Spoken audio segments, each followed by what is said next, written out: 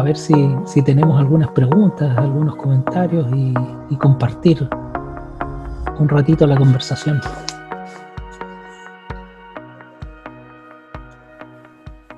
Gracias, Marcelo, por tu impecable presentación, ¿no? Mira, la verdad que me llegan por distintos canales, ¿cierto? Algunos comentarios y también algunas preguntas bien interesantes, ¿no? No sé si quieres que partamos directamente, digamos, con la materia o tienes algo más que Sí, apuntar, ¿sí? Ya, sí, vamos. claro, no, que apuntar, lo último que apuntaría sería que si quieren lo que acabo de presentar, lo canalizo a través tuyo y puedo compartirlo encantado, ¿no? Genial, eso sería bueno para tenerlo como material de estudio. Uh-huh. Eh, Mira, aquí tengo vamos a intercalar entre preguntas y comentarios para hacerlo un poco más dinámico. Macarena Pérez me pregunta, ¿es posible, cierto pregunta, si es posible realmente recuperar las confianzas una vez rotas? ¿Cómo puede reconstruirse o simplemente, o siempre quedan grietas? Eso es lo que apunta. A ver, siempre quedan grietas, pero siempre es posible recuperar la confianza. Siempre, siempre, siempre. Eh, lo que no quiere decir que sea fácil. Recuperar la confianza implica mucho esfuerzo, porque la única forma que tú tienes de recuperar la confianza en un otro, si eres tú quien ha roto la confianza, es demostrarlo a través de hechos concretos. ¿Sí? Y si al revés, si han roto la confianza respecto de ti y bueno, también se puede reparar en la medida en que tú generes alguna apertura a aceptar que la otra persona pueda demostrar, brindar la oportunidad que la otra persona pueda demostrar a través de sus acciones. Porque si tú le vas a cerrar la puerta, no hay ninguna posibilidad de recuperarla, digamos, ¿no? Y si quien quiere recuperarla no lo hace a través de demostrarlo con hechos concretos, tampoco vamos a recuperarla. Ahora, el camino es largo, por cierto, pero las confianzas, así como se pierden, se reconstruyen.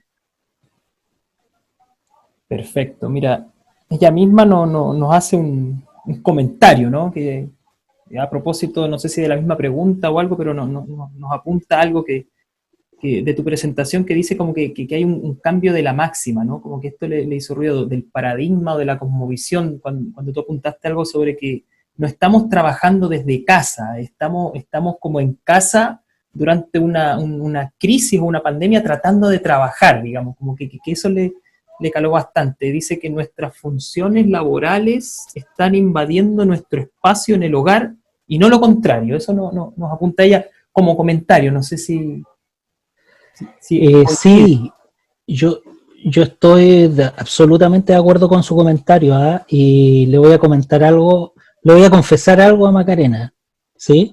Que no salga de Google. A mí cuando empezó toda esta cosa de la pandemia, de quedarse en casa y el teletrabajar, una de las primeras cosas que me afectó era que yo era un rehabilitado del trabajolismo en casa.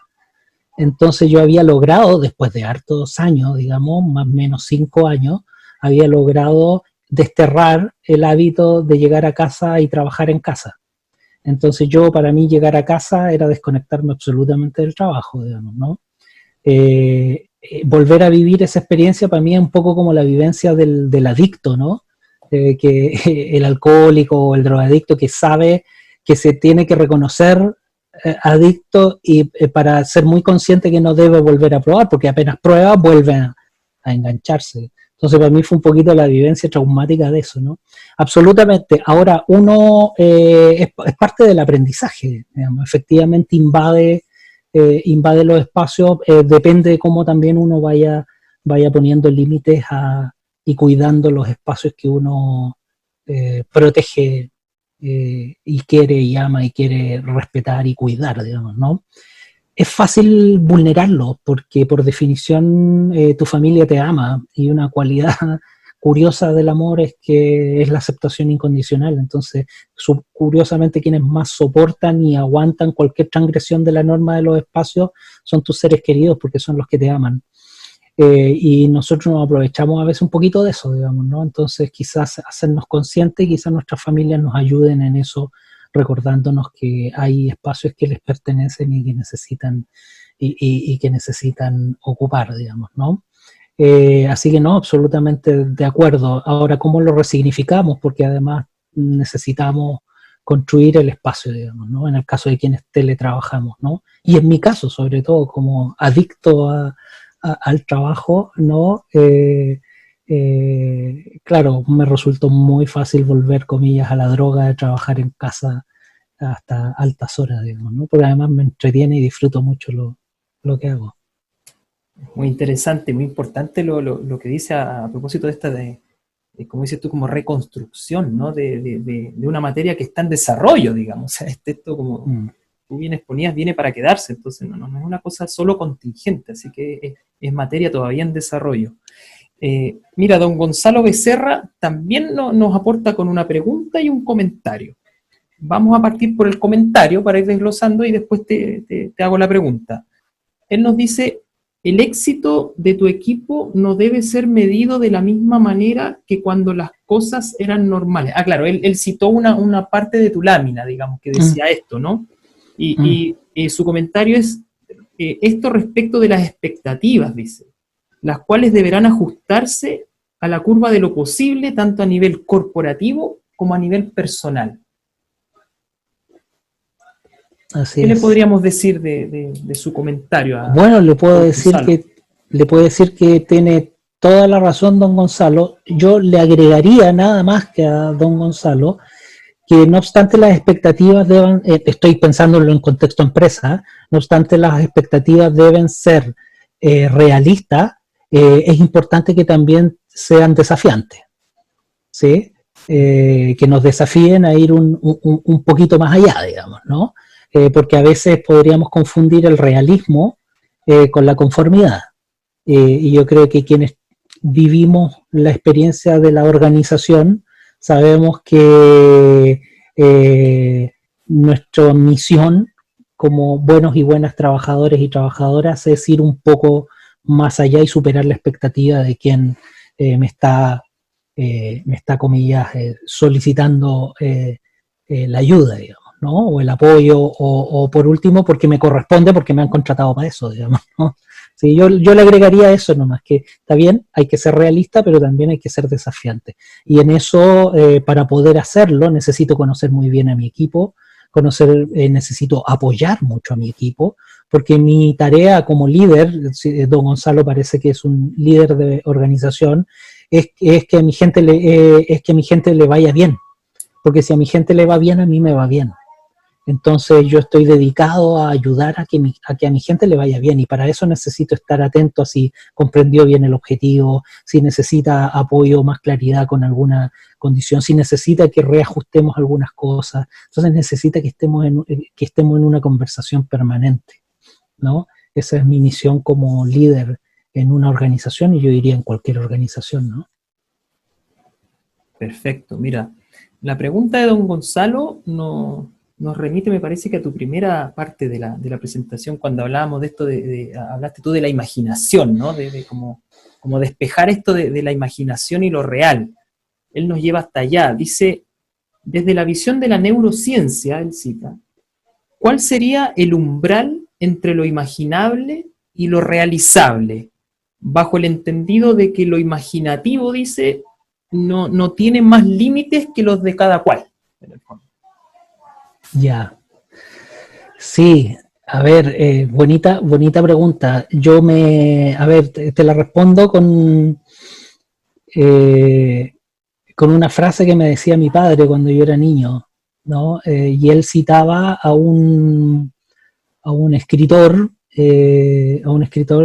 o sea, no sé si era escritor, era como un filántropo que se llama Albert Schweitzer, ¿no? Y Albert Schweitzer decía, las estrellas, ¿sí? A ver, no me acuerdo bien de la cita, pero era algo así como eh, las estrellas son inalcanzables, ¿no? Sin embargo, nos sirven para poder navegar. ¿Eh? Con la imaginación ocurre lo mismo. O sea, imagínatelo grandiosamente, ¿no? No importa, no importa. Lo realizable va a ser todo aquello que esa imaginación, ese sueño imaginado te va a permitir acercarte lo más posible a aquello, ¿no? Mi padre lo resumía eso de una manera distinta. Él me decía, hijo, dispárale a la luna. En una de esas, decía, dispárale a la estrella, en una de esas caes en la luna. ¿Te das cuenta? A lo mejor no vaya a llegar a la estrella, pero caer en la luna no estaría nada mal. Así que yo no sé si es una cuestión muy personal, más allá de lo que señale la neurociencia, pero desde la psicología, porque yo no soy muy experto, no soy muy experto en neurociencia, pero desde la psicología existe un concepto que se llama disonancia cognitiva. La disonancia cognitiva es la sensación de malestar que me genera cuando hay mucha distancia entre lo que yo declaro que soy y lo que soy, ¿sí? Ahí se genera disonancia cognitiva y los seres humanos tratamos de reducir esa disonancia cognitiva. Por lo tanto, cuando yo me propongo un sueño, se genera cierta disonancia, ¿no? Cierta frustración, cierto anhelo, que hace que me movilice y que reduzca esa disonancia. Así que no sé si, claro, por cierto, debe ser muy saludable ponerse expectativas y soñar cosas realistas. Yo ahí quizás soy menos saludable, le disparo a la estrella y esperando en una de esas caer en la luna, pero con el ferviente anhelo de llegar a la estrella. Nunca perder el rumbo del objetivo, ¿no? Básicamente. También, claro. Mira, desde el chat del grupo, saludamos a Karim Masú, quien apunta que es una buena presentación, te saluda y agradece por tu presentación. Y doña Javiera Espinosa, no sé si te suena porque te trata de profe, probablemente te deba conocer. Javi, sí. Ya, ella te saluda y te hace una pregunta bien interesante que te dice, ¿cuál cree que serán los desafíos de recursos humanos respecto del teletrabajo? Bueno, gracias Karib, gracias Javiera, por ahí también veo al Felipe, gracias Felipe por haber venido, ¿no? A ver, yo creo que los desafíos son muchísimos, digamos. El teletrabajo llegó para quedarse. Por lo tanto, primer desafío, necesitamos estudiar y generar los mejores diseños que nos permitan instalar en aquellos ámbitos de creación de valor de nuestros negocios, aquellos ámbitos, diseñarlos, aquellos ámbitos que puedan ser teletrabajables, ¿sí? ¿Por qué? Porque tiene un montón de beneficios, digamos, ¿no? Tiene un montón de beneficios, no solo en términos, por favor, no pensemos, la gente siempre dice, claro, usted se ahorra la luz, se ahorra el gas, se ahorra un montón. Sí, pero tú también te ahorras traslados, te ahorras un montón de cuestiones, digamos, ¿no? Esa es la mirada chica, yo creo que tiene tremendos beneficios, porque podemos concentrar, primero podríamos reducir la accidentabilidad.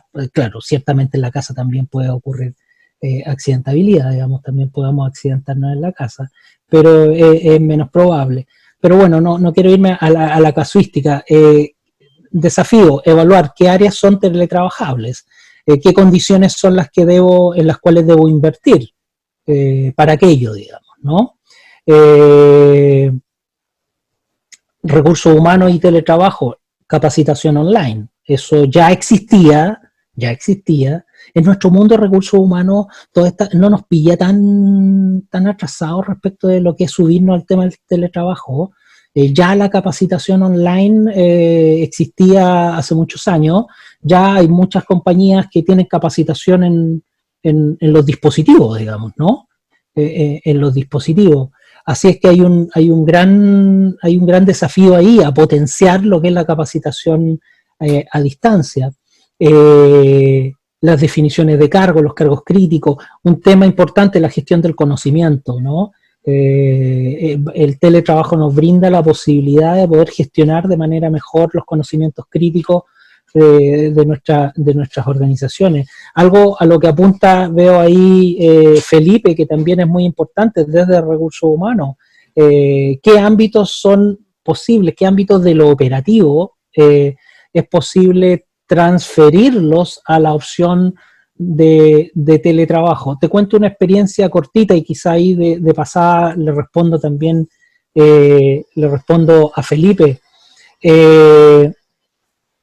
En la minería, te doy un ejemplo de la minería. En minería, ya hace muchos años se trabajaba ciertas operaciones se trabajaban con maquinaria robotizada y ya los operadores de esas maquinarias se encontraban en casetas, ¿no? Y había un mando, un control de mando, no me acuerdo cómo le llamaban, PLC parece, ¿no? Y tenían un control de mando donde operaban y tenían una ventanita, iban mirando la operación, pero iban apretando botones en una consola, ¿sí?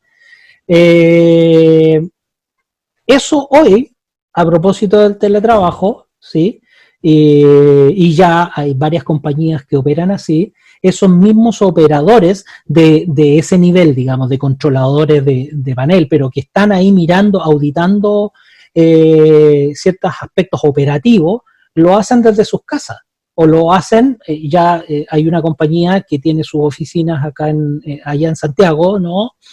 En Manquehue, y hay un piso destinado a un comando central donde está operando distintos equipos desde Santiago. Ahora, eso en un ámbito de lo operativo, ciertamente, y en un área operativa, porque estamos hablando del proceso de chancado, el proceso de electroobtención, ¿sí? Incluso procesos de fundición, ¿sí? Ahora, eso se va a lograr en algún nivel y se ha aumentado con esto de la pandemia y el teletrabajo ha apurado y le ha dado sentido y hay un impulso a esos proyectos, pero inevitablemente va a haber gente que tiene que estar ahí en la operación, digamos, ¿no? O sea, un mantenedor no puede hacer la mantención online, digamos, tiene que estar ahí en el fierro, ¿no? Moviendo la máquina, etcétera. Así es que ciertamente, como dices tú, Felipe, hay muchos que no, y bueno, ya lo vimos en la estadística, ¿no? Hay muchos que no van a poder, pero yo creo que crecientemente van a ir ampliándose las opciones para poder teletrabajar. Sin embargo, hay un montón de ámbitos en los que eso no va a ser posible, ¿sí? Considerando que nuestra economía se basa, por ejemplo, en materias primas, en producción de materias primas, que la producción de materias primas en un alto porcentaje no es teletrabajable, pero también hay todo un ámbito que es el ámbito servicios, que es el ámbito en el cual ha existido el mayor despliegue desde la lógica de lo que es el teletrabajo y existe mayor posibilidad que incluso estas áreas operativas, ¿no? Se transformen en teletrabajables, digamos. Ahora, ojo, hay que ser muy conscientes, Felipe y Javiera también, que Javiera en relación a lo que planteas de desafíos, los desafíos ahora se han acelerado, pero los desafíos ya venían antes, ¿eh? Ya se venía trabajando mucho antes de esto en desafíos, ¿no? En el desafío de teletrabajo. Ustedes que son de recursos humanos, les doy un ejemplo de eso, digamos, ¿no? Ya la gente en un buen número de empresas ya no va a pedir la liquidación de sueldo. Imprime su liquidación de sueldo, la baja de internet. O va a un tótem que está en un sector de la fábrica y ingresa su código de trabajador y saca los certificados y todas las cosas. La automatización de una serie de procesos que no han ocurrido ahora a propósito de la pandemia, sino que han ocurrido ya mucho, mucho tiempo atrás. Perdona, Raúl, que me haya extendido un poquito, me aproveché de pasar a la respuesta de Felipe. No, está perfecto y muy completo. De hecho, aprovechamos de saludar a Felipe Jiménez, ¿cierto? Por su participación, su pregunta, por estar atento y bueno, de hecho, pudiste abordar la pregunta, ¿cierto? De él en directo, digamos, la agarraste antes de que la viéramos nosotros. Mira, tengo un par de preguntas más. Una de doña Romina Tapia. Pregunta lo siguiente, esto tiene que ver con los niños, te digo desde ya para que te vayas preparando. Dice, ¿desde dónde o cómo abordar el tema del trabajo en casa con los niños entendiendo que nuestro trabajo es el que ha invadido el espacio físico del hogar que ellos entienden o reconocen como propio. Sí. A ver, ciertamente ciertamente yo no soy especialista en niños, digamos, te voy a, no obstante, no quiere decir que no tenga una respuesta. Soy padre, interactúo con niños, etcétera, ¿no? Así es que perdóname que te dé una respuesta quizá no muy científica, más empírica que científica. A ver, pero primero hay que distinguir de qué estamos hablando, digamos, ¿no? Las necesidades de un niño de 2 años son muy distintas de las necesidades y la demanda de un niño de 4, de 5, de 8, de 14, etcétera, ¿no? Ciertamente las necesidades de un niño, digamos, entre los 1 y los 3 años, muy probablemente el niño le va a costar mucho más, digamos, reconocer, aceptar, porque está en una etapa muy egocéntrica, ¿no? Por lo tanto, no le importa un carajo que tú estés ocupada o ocupado, ¿no? Va a querer simplemente satisfacer su necesidad, ¿no? Que es una fase muy propia, es algo muy propio, o sea, yo creo que sería muy negativo que yo condenara a ese niño de 3 años, de 2 años, por ser como es, digamos, y no ser tan comprensivo con, claro, no ser tan comprensivo con mi necesidad, digamos, ¿no? Es como yo bromeo a veces con mis hijos, o bromeaba, porque ya están más grandes, pero cuando eran más pequeñitos, ¿no? Y hacían cosas propias de niños, y yo les decía, oye, déjate de ser tan cabro chico, digamos, ¿no? No seas tan cabro chico, no seas tan infantil, digamos, ¿no? Bromeando, naturalmente. Pensemos ya 4 años en adelante. 4 años en adelante, incluso ya en los 4 años, los niños empiezan a salir un poquito de este centro egótico, ¿no? Egocéntrico, y empiezan a reconocer y aceptar que hay una necesidad en un otro. Y yo le recomendaría a Romina, ¿sí? Romina, sí. A Romina. Romina también. Romina, yo te diría, mira, y lo que yo he hecho es conversar, es confiar. Los niños entienden, las niñas entienden, ¿sí? Entienden. Si uno se hace entender, ¿sí? Si uno se hace entender, ¿sí? O sea, yo le digo a mi hijo, por ejemplo, ahora mismo, digamos, yo estoy acá en un sector donde estoy, que estoy a pocos metros de la pieza de mis hijos, y fui donde mi hijo y le dije, hijo, por favor, no grites, voy a hacer una charla, entonces no grites, y mi hijo me dice, ok, bien, apagó su computador, bajó, está en otro sector de la casa, ¿no? Compartiendo con mamá, probablemente viendo algo, ¿no? Con mamá, pero entendió perfectamente, digamos, ¿no? Entiende perfectamente.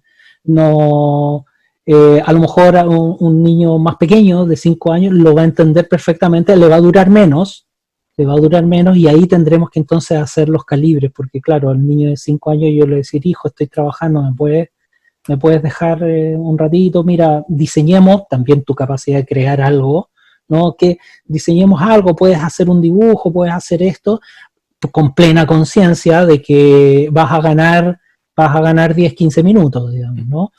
Es cierto, es muy agobiante, es muy desgastante, ¿no? Yo te entiendo, Romina. Hacemos nuestro mejor esfuerzo, Romina. No tenemos que sentirnos mal por hacer el mejor esfuerzo. Negociemos lo que se pueda negociar en relación a las metas que te están solicitando, que te apremian y que necesitas desarrollar. Busquemos quizá otros momentos, ¿cierto? A lo mejor no es lo mejor, pero si hay algo que al menos yo, Romina, tengo súper claro, es que mis hijos están primero. No hay ningún trabajo que valga la pena si es que no está al servicio de mi objetivo principal. Todo trabajo, el de todos, el mío incluso, es absolutamente secundario a las necesidades primordiales, que es la satisfacción de los objetivos personales. Y los objetivos personales no pasan por tener trabajo, cosas, dinero, etcétera. Pasa por efectivamente estar, o bien si estoy solo con uno mismo, o bien que quienes amamos estén bien. Por lo tanto, haremos nuestro mejor esfuerzo, pero no vayamos a perder de vista ni vayamos a culpar a nuestros hijos por no brindarnos el espacio que a ellos les corresponde. Yo creo que es muy legítimo respetar eso, ¿no? Y yo creo que Romina lo tiene súper claro y por eso probablemente la pregunta en términos de la disonancia que genera o la culpa que puede generar el sentir que no estoy produciendo por culpa de alguien que amo, no, olvídalo. Lo primero va a ser tu hijo o tu hija, ¿no? Muchas gracias, Marcelo. Mira, de hecho me hace llegar en este minuto un especial agradecimiento a tu respuesta en relación a lo de las culpas que apuntabas tú, ¿no? Al parecer ella como que estaba en ese trance, o está quizás en ese trance, sí, claro, de sentir ese agobio que tú mencionas, o como presión cruzada, digamos, como que tratar de poner prioridades resulta complejo en la cotidianidad resulta complejo, en condiciones normales, imaginémonos ahora, ¿cierto? Que estamos trabajando desde casa, que no podemos prescindir tampoco del trabajo, vaya a saber qué tipo de presión es el que vive cada quien, así que ella te agradece especialmente. Sí.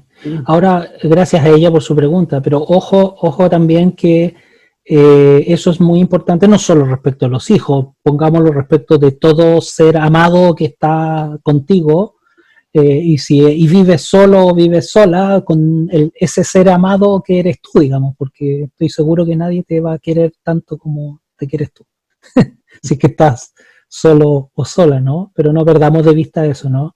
Nuestros trabajos son medios para alcanzar fines que son mucho más importantes que los objetivos particulares de nuestros trabajos, ¿no? De las organizaciones. Tal cual, el trabajo per se no es un fin en sí mismo, estoy de acuerdo. Don Álvaro Pinto, te felicita por la presentación y también te hace llegar una pregunta. Dice, ¿piensas que la modalidad de teletrabajo nos haga más individualistas y competitivos para subsistir y con ello más estresantes? Gracias Álvaro, muchas gracias, una alegría que estés acá. Yo creo que no, Álvaro. Yo creo con lo que me ha demostrado la modalidad de teletrabajo es precisamente lo contrario. Yo creo que la modalidad de teletrabajo, a mí al menos, y lo que yo he observado en distintos equipos de trabajo, nos ha devuelto al valor precisamente de la necesidad de los otros y las otras, ¿no? De los otros. O sea, yo creo que el teletrabajo ha roto precisamente el esquema de lo individualista, porque ahora nos necesitamos más que nunca, ¿no? Para poder hacer cosas, digamos, ¿no? Es cierto, hay ciertas cosas que puedo hacer yo solo, ¿sí? Pero créeme que lo que más se ha amplificado hoy día es la necesidad de colaborar. Ahora, competitivos para subsistir. Claro, la condición de subsistencia, yo creo que hay harto elemento generacional aquí, perdona, yo sé que hay algunas personas que creen que es un poco un mito. Yo diría, mi generación, por ejemplo, yo tengo 48, 40 y siempre, ¿no? Tengo 40 y siempre, no, 48, y efectivamente ahí desde mi generación, yo te diría, sí, absolutamente, subsistir, competir, ¿sí? Estresarse para poder competir. Pero una de las cosas que me regala la oportunidad de hacer clases en pregrado con jóvenes, ¿sí? Con jóvenes, con profesionales en formación, ¿sí? Y en posgrado también, porque son bastante jóvenes, es lo que ellos me enseñan en términos de que hoy día, basta que lo veamos en la dinámica del emprendimiento, que lo que para nosotros fue en nuestra vida la ventaja competitiva está extinta. Hoy día las nuevas generaciones que ya nos están desplazando y ya tienen toda la fuerza para desplazarnos, construyen la ventaja colaborativa, entienden la ventaja colaborativa, ¿sí? No la ventaja competitiva. Entonces hay un tema de la competitividad que es muy generacional, la competitividad individualista, digamos. No quiere decir que yo no pueda tener características o cualidades distintivas que me hagan mejor que mi competencia, ¿no? Que mi competencia en el mercado. Así es que no, yo creo que más individualistas no, al contrario, y competitivo, bueno, desde la lógica de la subsistencia, en la medida en que el índice de desempleo vaya subiendo, por cierto, quizás se da más en niveles ejecutivos, ¿no? En mandos medios y hacia arriba, donde la cosa se pone mucho más competitiva en razón de una subsistencia. Pero yo diría que en los niveles operativos existe más lógica de colaboración que de competencia, sobre todo en las generaciones más jóvenes, digamos, ¿no? Eh, un aprendizaje que lograr de los jóvenes, ¿no? Como que se ha sincerado una suerte de interdependencia colaborativa, ¿no? Con esto del trabajo desde casa, más que exacerbar una competencia, lo que desprendemos de tu respuesta, ¿no? Sí, es que además el teletrabajo nos ha mostrado directamente que lo que para mi generación era poder, que era la información es poder, esa era mi generación. Rápidamente las nuevas generaciones, el teletrabajo nos muestra que la información no es poder, pues la información está asequible ahí en todas partes, digamos, ¿no? Lo que te hace hoy día más poderoso es la capacidad de construir relaciones de colaboración, ¿sí? Perfecto. Te saluda y te felicita don José Ángel García. Dice, la pregunta de él es, ¿crees que es posible con el teletrabajo tener más de un trabajo en paralelo y o tener un emprendimiento y el trabajo dependiente? ¿O será que no harías bien ninguna de los dos? Preguntas. Mira, oye, gracias José Ángel. La única respuesta posible que tengo para ti, José Ángel, es el mantra de los psicólogos y las psicólogas, ¿no? Depende, es nuestro mantra. Depende, claro, va a depender de cuáles sean tus prioridades, tus capacidades. Tengo amigos que trabajan y que tienen 10 proyectos. Yo mismo en algún momento de mi vida, cuando trabajaba por proyectos, estaba con 4, 5, 6, 7 proyectos sin teletrabajo, digamos, ¿no? En vivo y en directo, digamos, y estaba como el circo chino moviendo, ¿sí? Los platillos de un lado para otro y que no se me cayera ninguno y gestionando un equipo por allá, otro por allá, tenía uno en Punta Arenas, otro en Calama, otro en Antofagasta, otro en Iquique y ahí manejando uno y otro proyecto. Yo creo que si era posible sin teletrabajo, con teletrabajo debe ser más posible aún, digamos, ¿no? Yo creo que va a depender eso de la capacidad que tú tengas de formar equipo y de ser un líder y formar los liderazgos necesarios para cada uno de esos equipos. Yo creo que pasa por eso, con teletrabajo o sin teletrabajo, digamos, ¿no?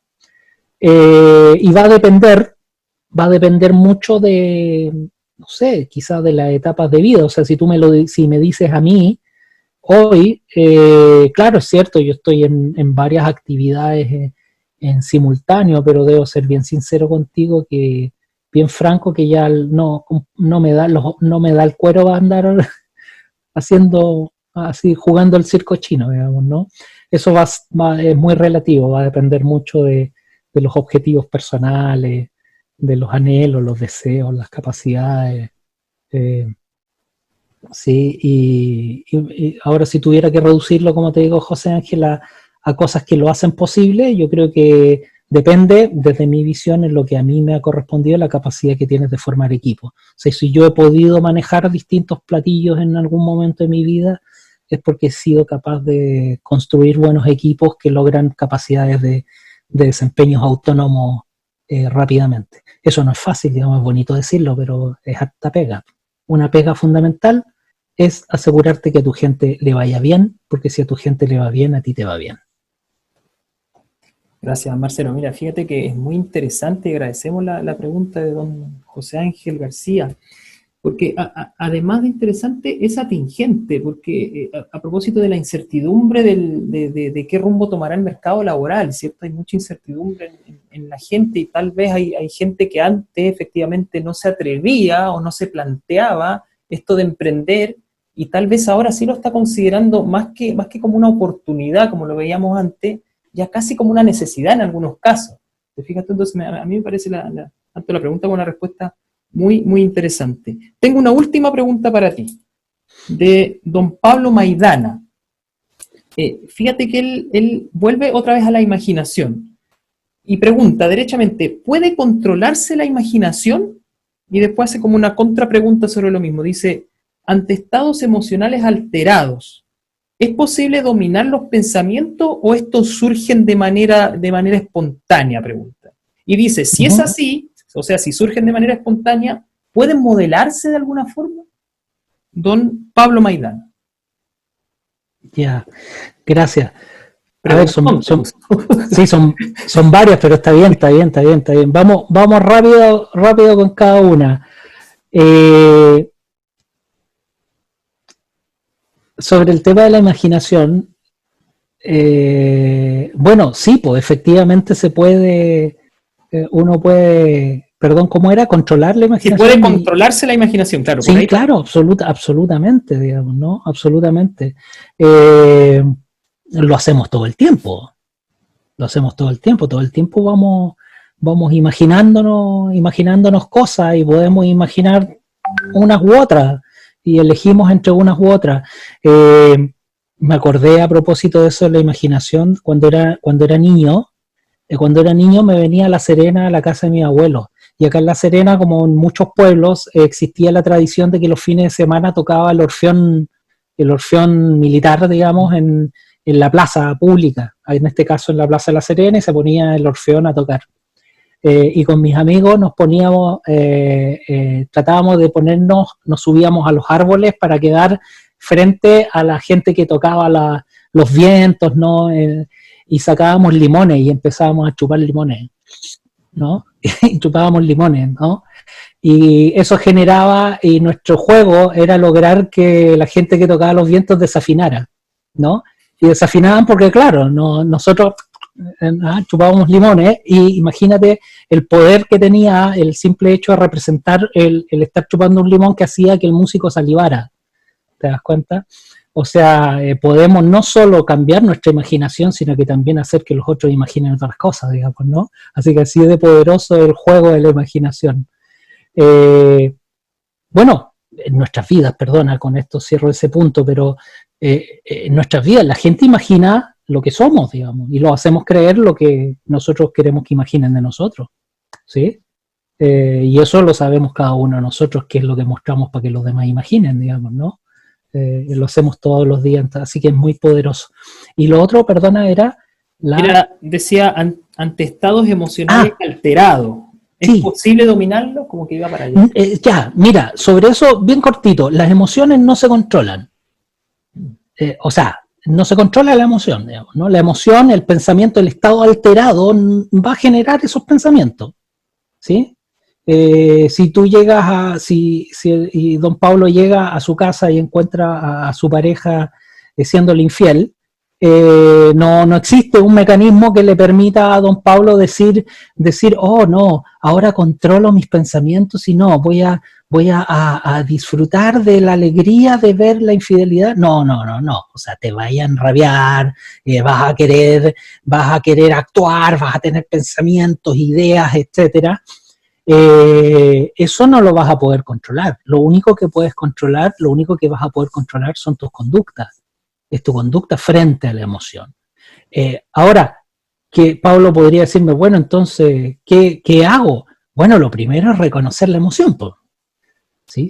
Precisamente cuando cometo el error, y nosotros lo hacemos, ¿no? Cuando a lo mejor nos hemos visto sobrepasados por la emoción y hemos actuado incorrectamente, inmediatamente nosotros pensamos o bien usamos eso como argumento y decimos, perdona, me embrutecí, quedé ciego, llegué y actué. Claro, si tuvieses un conocimiento y aceptaras la emoción y dijeras, no, tengo rabia, po. Y es muy legítimo que tenga rabia si me está haciendo infiel, ¿te das cuenta? Se abre la posibilidad de que yo elija algunas respuestas. Y créeme que hay un abanico infinito de respuestas posibles ante el evento que que estoy usando como ejemplo, digamos. Una de ellas es que me voy, otra es que los insulto, ¿sí? ¿Sí? Que en la escala de gravedad, digamos, pudiese ser menor comparado con que los mate, si te das cuenta, ¿no? Entonces, yo creo que una condición básica es aceptar que efectivamente la emoción no se controla, lo que controlamos es la respuesta frente a la emoción, y la posibilidad de responder adecuadamente a la emoción pasa por él, primero que nada, reconocerla, y eso ya para nosotros es tremendo ejercicio, ¿sí? Porque en nuestras generaciones, incluida la de los más jóvenes, hemos tenido muy pobre educación emocional. De hecho, hoy día recién estamos hablando en los contextos educacionales, la importancia de la educación emocional. Parece que hemos descubierto que tanto o más importante que educar en lenguaje, matemáticas, biología y ciencia, es educar en emoción, en empatía, ¿sí? En valores. Yo creo que eso es algo muy, muy valioso. Ahora, no quiero contradecirme, pero quiero decirle a Pablo para que no pierda la esperanza, sí hay personas que pueden controlar la emoción, ¿sí? Pero viven en el Tíbet, ¿no? Viven en el Tíbet y pasan años en ejercicios de meditación y se convierten en monjes para poder controlar efectivamente sus emociones. Así que yo creo que es más difícil eso, digamos, ¿no? Es más fácil aprender a reconocer nuestras emociones y en la medida en que la reconocemos que tengo rabia, poder elegir alguna respuesta legítima en términos socialmente adaptativa y más adecuada para poder responder a ella. ¿Sí? Perfecto, Marcelo, muchas gracias. Mira, yo sé que dijimos que era la última, pero apareció un bonus track de don Julio Zúñiga, que no quiero dejar de plantearte. Bien. Te resumo, sí, porque dale. es un comentario muy, muy interesante que tiene que ver con la historia de la humanidad, ¿cierto? En esto de las luchas de la explotación del hombre por el hombre, ¿no es cierto? En donde se ha conseguido avanzar en ir acortando las jornadas laborales justamente para dar más espacio a la vida familiar. Entonces, él se pregunta, ¿cierto? Si esto del teletrabajo, del llevar el trabajo a la casa, en el fondo, pudiese, si tú crees que esto pudiese ver atentado, ¿cierto? Los logros que se han conseguido en este sentido por la autoexigencia individual, ¿cierto? Del trabajo de cada uno que ahora lo lleva a la casa. Si esto pudiese llegar a generar o a ser un generador de patologías post-estrés. Ahí déjame separar lo que dice Julio. Dos cosas. Gracias por su pregunta. Todavía ni siquiera podemos dimensionar lo que viene después de la pospandemia en términos de impacto en salud mental, ¿eh? O sea, todavía no lo imaginamos. Es la segunda pandemia que se viene, ¿eh? Eso se va a venir después, digamos, eso es lo que viene. Además, con un sistema de salud súper precario desde el punto de vista de lo que es salud mental. Así que, ojo con eso, ¿eh? Eso yo creo que va a tener más secuelas y de más largo plazo que el virus mismo. Ahora, respecto a lo que él dice en relación al trabajo y la explotación del hombre por el hombre, quisiera casi citar a un filósofo coreano que reside en Alemania, que se llama Byung-Chul Han, que en uno de sus tantos libros, no me acuerdo ahora cuál, estoy mirando acá, no lo veo en cuál, digamos, parece que se llama en Psicopolítica, un libro que se llama Psicopolítica. Él, Julio, hace la siguiente reflexión en relación a lo que tú estás diciendo. Ya llegamos tarde a eso. O sea, llegar tarde no quiere decir que nos rindamos, digamos, pero ya llegamos tarde, porque el gran triunfo que tiene el sistema, comillas, de explotación del hombre por el hombre, como dices tú, ¿no? Del sistema que podríamos llamar capitalista o neoliberal, ¿sí? Etcétera. El gran triunfo que se anota hoy es que ha trasladado la explotación de la relación explotador-explotado hacia el interior de cada uno de nosotros. O sea, hoy día no necesitamos que exista un explotador, porque nos explotamos a nosotros mismos. Y eso era antes de la pandemia. O sea, esto no lo va ni a minimizar, ni lo va a aumentar. Yo creo que puede que corra cierto riesgo ese hecho, porque nos estamos dando cuenta de a qué punto podemos llegar a explotarnos a nosotros mismos de manera brutales. Así que a lo mejor, curiosamente, la pandemia nos se sirva precisamente como plataforma para todo lo contrario, precisamente para poder sacarnos el explotador del hombre por el hombre que está dentro de nosotros mismos, ¿no? Pero eso es algo muy, muy interesante, ¿no? Muy interesante, podemos después conversarlo largamente o discutirlo en otro momento, ¿no? Pero el gran triunfo del sistema neoliberal ha sido trasladar la lucha de clases a la lucha de clases interna, digamos, ¿no? Explotador y explotado dentro de cada uno de nosotros. Perfecto, Marcelo. Mira, por mi parte, muchas gracias. Ha sido muy interactivo, no sé si más la charla o justamente este espacio de conversación, ¿no? Claro. Donde podemos recoger las dudas que surgen y tú puedes responder de manera también espontánea, ¿cierto? Es muy interesante, ¿no? No sé si quieres dar algunas palabras al cierre. Oye, no más, agradecer la posibilidad de estar acá en este espacio así tan íntimo, ¿no? Acá veo a Álvaro, Iván, a Guido, a Julio, a Jaime, a Raúl, a Felipe, ¿no? A Javier, a Karib, José Ángel, a Javier, a Jocelyn. Muchas gracias por haberse dado el tiempo de acompañarnos a estas horas y nada, pues, desearles lo mejor y a través tuyo compartirles la presentación y el material que acabamos de realizar. Perfecto, Marcelo, te agradecemos un montón nosotros a ti por tener la disposición de plantear estos temas y de traerlo a esta audiencia, digamos. Y a propósito del material, como tú bien indicas, justamente nosotros los invitamos, ¿cierto?, a revisar más adelante, si quieren volver a ver, revisar esta charla, ¿cierto?, en nuestras redes sociales, lo pueden encontrar en nuestra página de Facebook, en Instagram, van a estar en YouTube también en nuestro canal, todas las charlas, los podcasts que salgan también de este mismo tema. Y nada, pues simplemente recordar que para nosotros un lema nuestro, a propósito de la Corporación Cultural Educador Pedro Aguirre Cerda, es que gobernar es educar, y el máximo emancipador social conducente a la libertad es precisamente la educación. Muchas gracias a todos por su asistencia, por su activa participación, y en los próximos días les estaremos invitando nuevamente, ¿cierto?, y indicando cuál será nuestro próximo tema a tratar. Un saludo fraterno a todos.